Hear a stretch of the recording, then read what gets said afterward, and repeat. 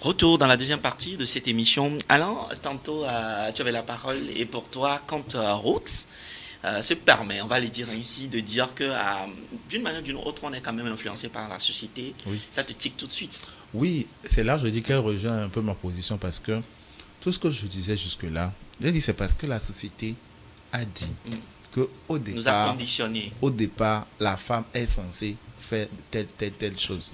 Maintenant, si moi, en tant que son époux, je vois que ma femme, elle aussi, elle travaille. Elle est rentrée fatiguée. Et elle doit s'occuper des enfants, faire la cuisine. Entre-temps, les assiettes sont sales. Parce que j'aime ma femme, je me dis, c'est pas parce que je vais lui dire que chérie, au nom de l'amour que j'ai pour toi, je vais t'aider. Non, mais parce qu'en fait, je l'aime. Je me dis en tant qu'homme, on est mariés et qu'on est complémentaires.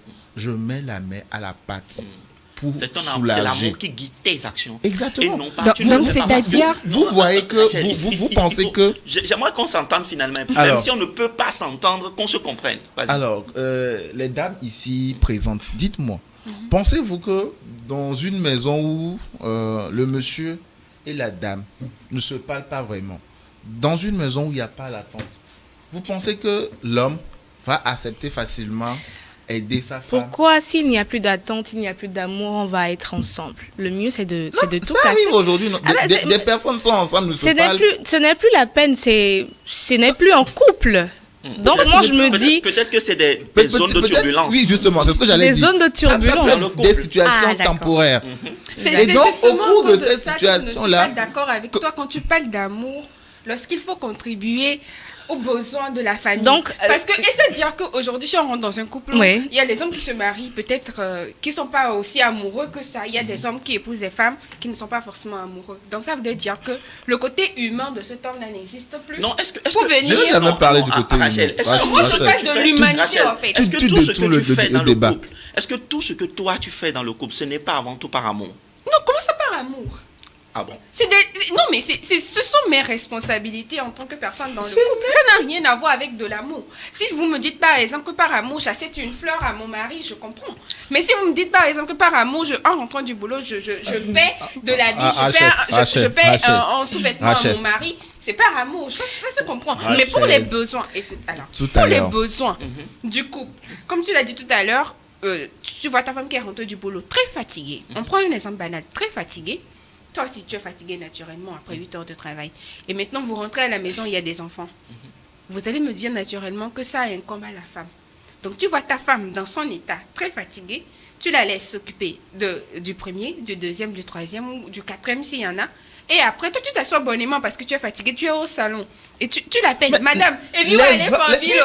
Est-ce qu'aujourd'hui, Non, mais c'est ce que vous les faites. hommes Nos ne font pas ça? mamans Oui. sont en train de souffrir. Je suis d'accord Arrêtez avec de toi, le c'est pour ça que je dis, justifier hein. avec l'histoire de par amour. Parce que mais est-ce vous que maltraitez en fait, aujourd'hui ce vos que femmes. alors, Rachel, qu'est-ce Rachel, qu'on peut n'amène pas vraiment le débat comprendre? sur la Qu'est-ce qu'on maltraitance. peut vraiment Non, mais comprendre? vous maltraitez vos Rachel, femmes en vous cachant derrière cette Rachel. histoire d'amour. Donc, du moment où Non. j'épouse ma femme et que les turbulences dont vous avez parlé tout à l'heure arrivent et qu'il y ait des tensions dans le couple, donc je laisse ma femme souffrir. Alors, c'est ce ma qui m'amène. question. Alors, c'est ce qui m'amène. Selon ce que Alain est en train de dire Ah, sur ce c'est plateau, pas si je mignon. comprends très bien Alain, sans prendre sa position, Alain est en train de dire simplement que oui, si tu es fatigué, lui, il peut intervenir. C'est-à-dire Par amour. qu'il intervient naturellement Par amour. pour... Oui, mais en réalité, ce qui le motive, est-ce que les motivations, est-ce que le problème, parce que ce que je comprends, c'est que toi, tu n'es pas d'accord avec le mot avec amour le mot qui est la utilise. motivation. Qui est la Donc, pour motivation. toi, ce n'est pas ce que la personne fait qui est le problème, c'est la motivation. Oui, c'est la motivation. moi, je dirais, si on veut parler d'amour pour faire quelque chose, ce sera dans le cheminement ou bien le copinage. Parce que une fois que vous êtes en couple, que vous êtes marié, que tu es allé premièrement faire coco, tu as amené ça. la première, la deuxième dot, et puis le civil, l'église, si vous êtes chrétien. Tu amènes une femme dans ta maison et tu te dis, c'est par amour que si tu es fatigué, je vais faire ça. Ça n'a n'est pas de d'accord. sens. Alors, finalement, qui définit les responsabilités? Je Justement. pose cette question. Qui définit? Comment les responsabilités sont définies? Comment les responsabilités sont définies? C'est déjà dès le début de la relation.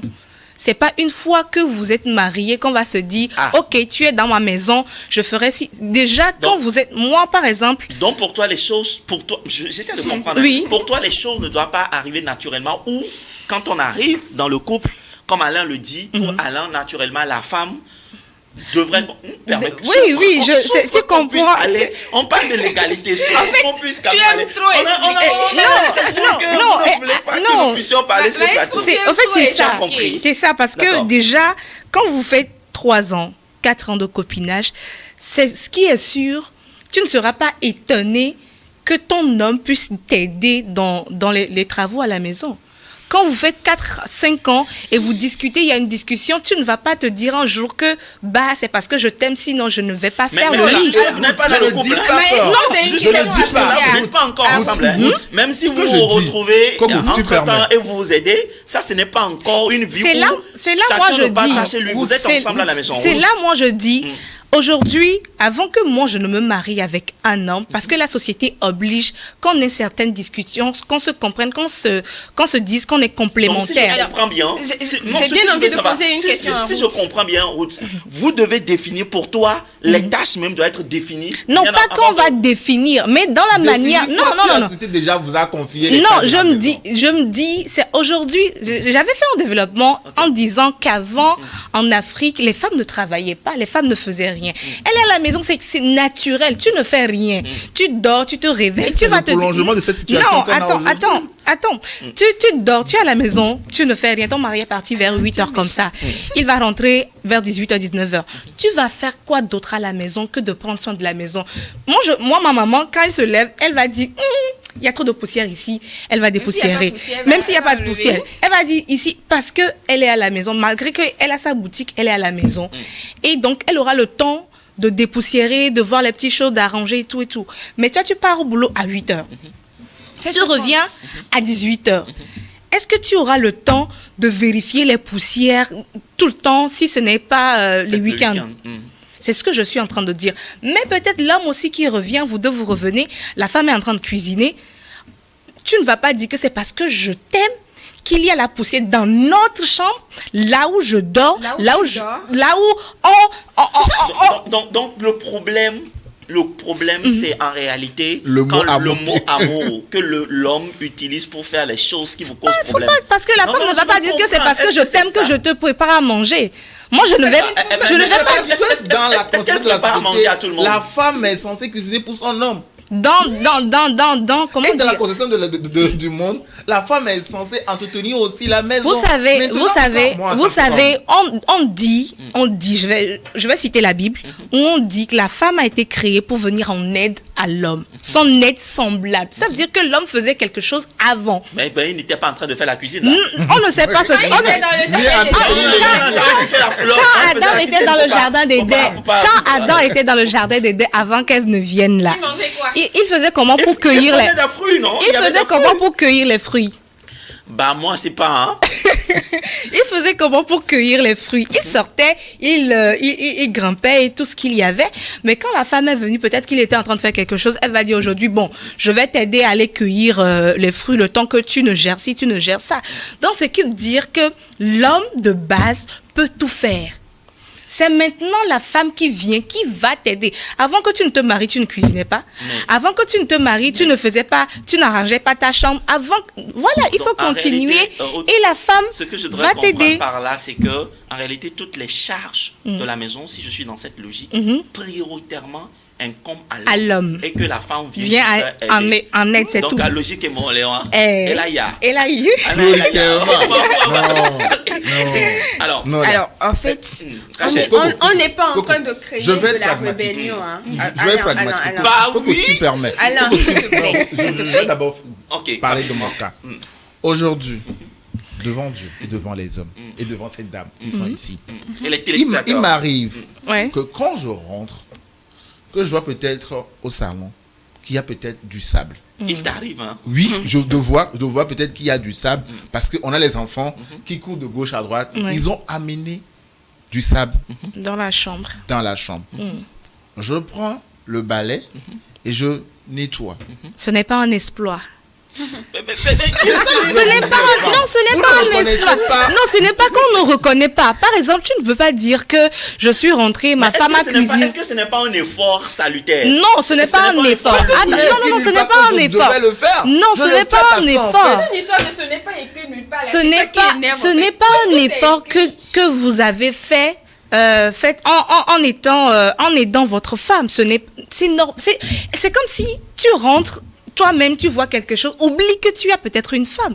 La femme, elle est là. Mais quand tu rentres dans ta chambre et tu vois de la poussière, tu vois du sable, c'est normal que ça te vienne à l'esprit d'arranger.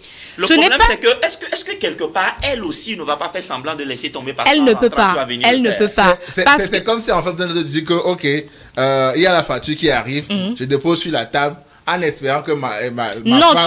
tu n'espéreras pas, parce que quand il y avait les sables, la femme n'espérait pas que tu rentres et que tu puisses. Non. Parce que elle sait que. Non, ce n'est pas une affaire de je sais. Moi, si par exemple, si je rentre et que je vois une facture, tu peux aller payer. Je peux payer, mais si on a mis à payer avant et je sais que peut-être j'ai de l'argent, pourquoi ne pas aller payer? Pourquoi? C'est aussi simple que ça, en fait. C'est pas si simple. Je ne vais pas dire que c'est mon mari. Que vos sœurs ne font pas à la maison. C'est eux, ça. Ce sont leurs couples, ça. Parce que la société a mis dans la tête comme quoi. C'est pour cela que. Attendez, monsieur. C'est pour cela que les médias sont là aujourd'hui. C'est pour cela que les médias sont là aujourd'hui. Est-ce que tu penses que cette façon de voir les choses va vraiment stabiliser les couples et ne va pas mettre les femmes dehors? Non, ça ne mettra aucune femme dehors. Parce que je l'avais dit et je continuerai par le dire. Aujourd'hui, en 1990, il y avait des choses qu'on faisait qu'aujourd'hui on ne peut plus faire. Ok.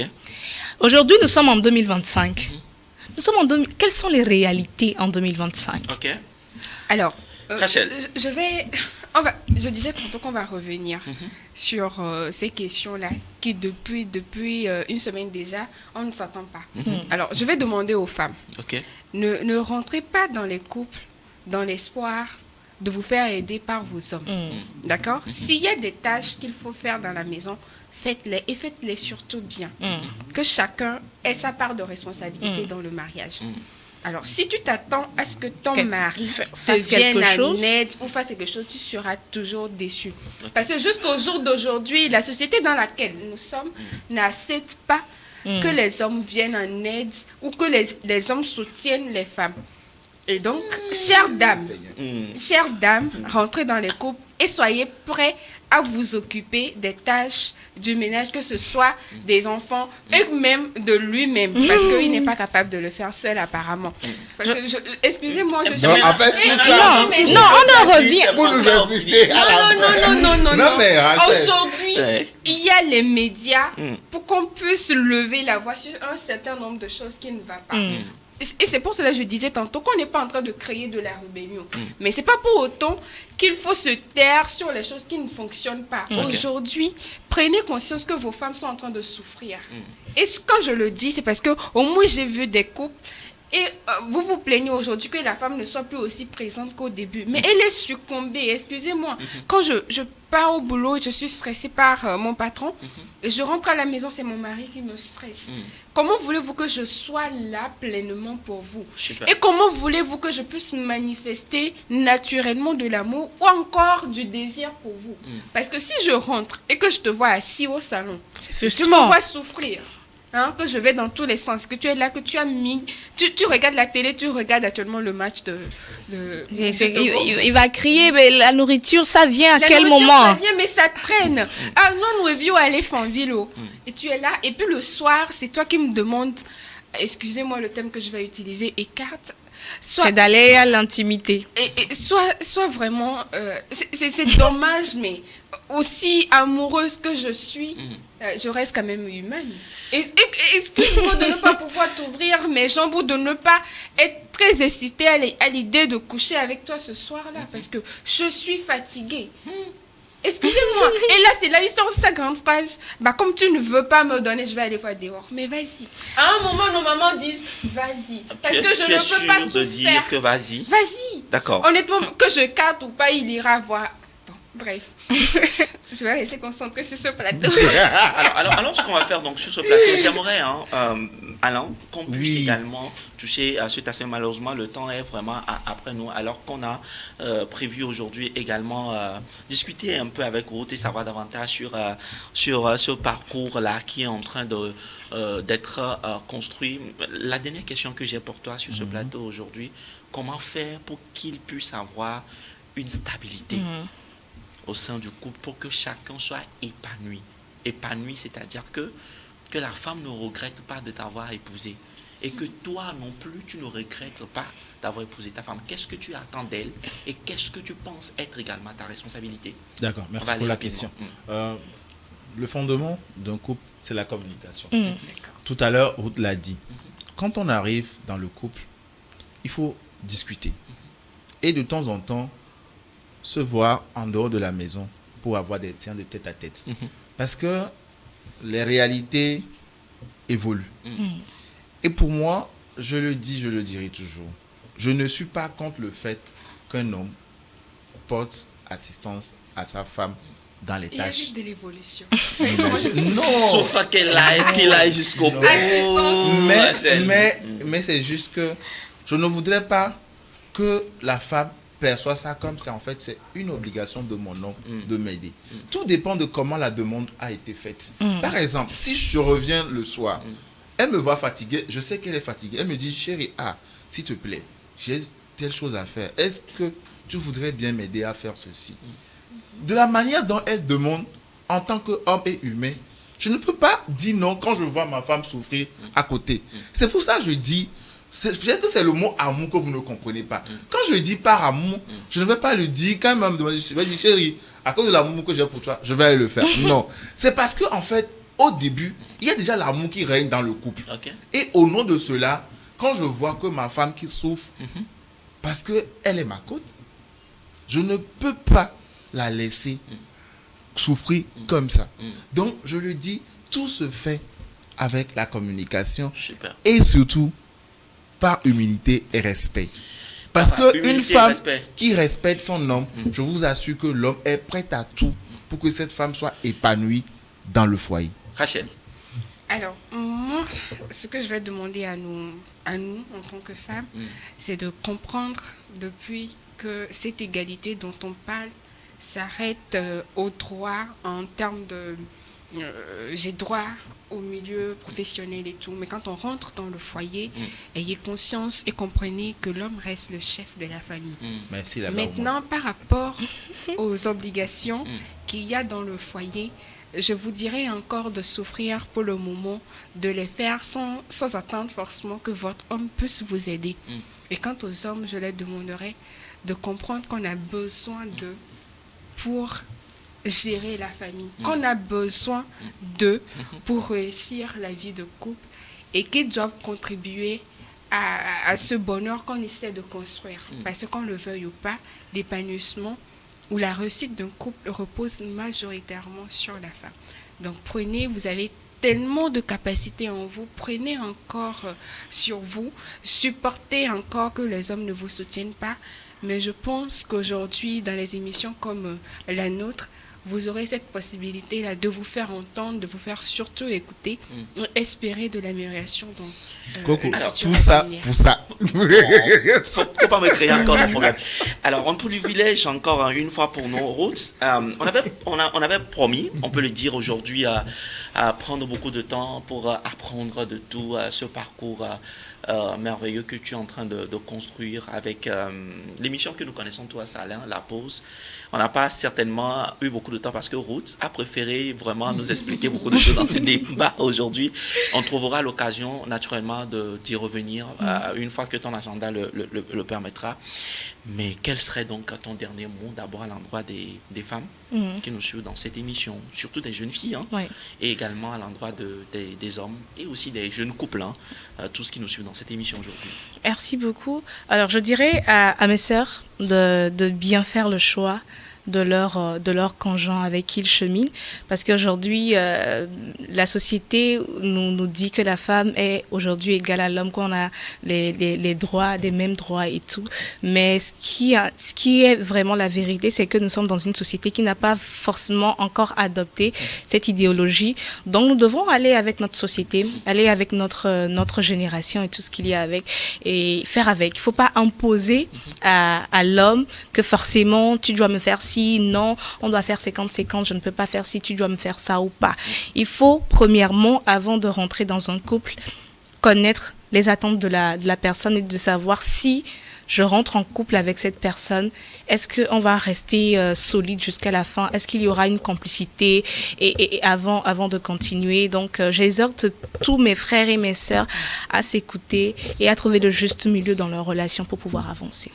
Alors, l'exhortation, c'est de chercher à trouver le juste milieu, à s'écouter, à s'entendre, également que chacun puisse mettre un peu de l'eau, même s'il n'y a pas de fond à côté, pour que le couple puisse vraiment perdurer dans le temps. C'est sur ces mots de route que nous mettons donc fin à cette émission. Merci en tout cas, Alain, pour le grand plaisir qu'on a eu. Et si tu permets, aujourd'hui. rapidement, je voudrais dire à la téléspectatrice qui avait demandé est-ce que je prends des excuses au début, que franchement, peut-être que mes propos ont été mal interprétés, mais honnêtement, je ne suis pas contre. Donc, si c'est nécessaire, en fait, franchement, je m'excuse, mais c'était pas pour heurter la sensibilité des femmes. Vous avez tout compris, nous sommes donc arrivés à la fin de cette émission. Merci donc Alain, merci à Rachel, merci à Ruth d'être passé chez nous, et certainement on se retrouve dans les semaines à venir pour continuer cette belle aventure. Merci beaucoup à nos chers téléspectateurs. On se retrouve la semaine prochaine pour continuer par vous inspirer si la porte vous bien. Voilà.